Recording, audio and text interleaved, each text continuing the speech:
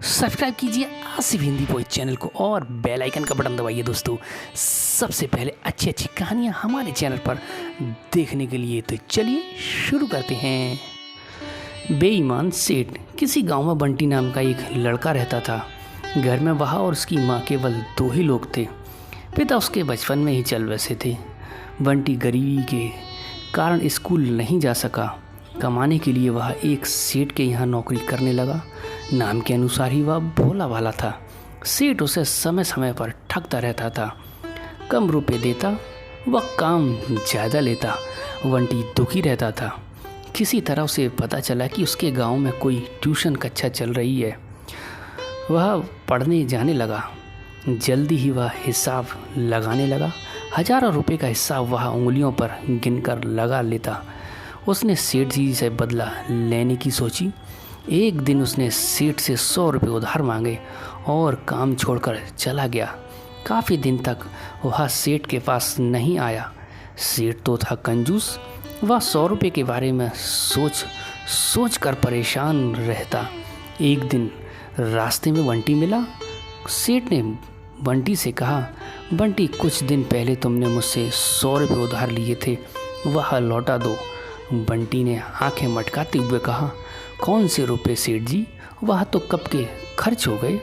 सेठ जी ने कहा, किस में खर्च हुए? बंटी ने कहा, सुनो सेठ जी, मैं सारा हिसाब बताता हूँ। 10 के ले लिए आजरा बाजरा, 10 के ले लिए जौ। सेठ जी अब काहे के 100। इतना सुनते ही सेठ जी अवाक रह गए। वह जल्लाते हुए बोले, अरे 80 ही दे दो।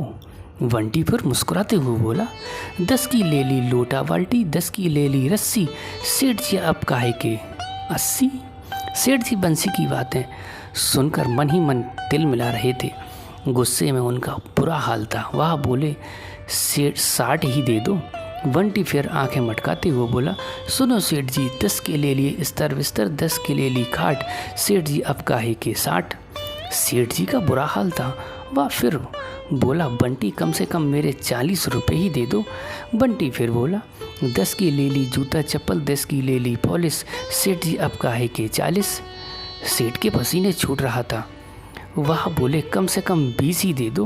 बंटी ने फिर आंखें मटकाते हुए कहा, 10 की ले ली कॉपी किताब, 10 की ले ली फीस। सेठ जी अब काहे के 20। ये सुनकर सेठ जी को तो मानो चक्कर आने लगे। उन्होंने फिर कहा, बंटी कम से कम ब्याज ही दे दो। बंटी फिर मुस्कुराता हुआ, 10 की ले ली सब्जी वब्जी, 10 की ले ली प्याज।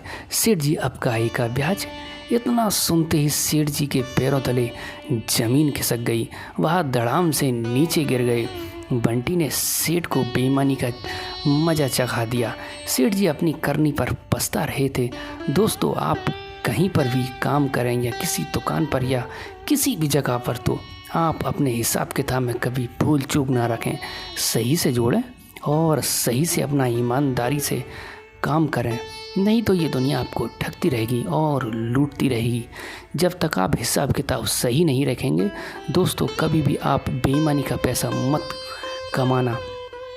हमेशा ईमानदारी से काम करना। बेईमानी का पैसा ज़्यादा दिन तक नहीं चलता।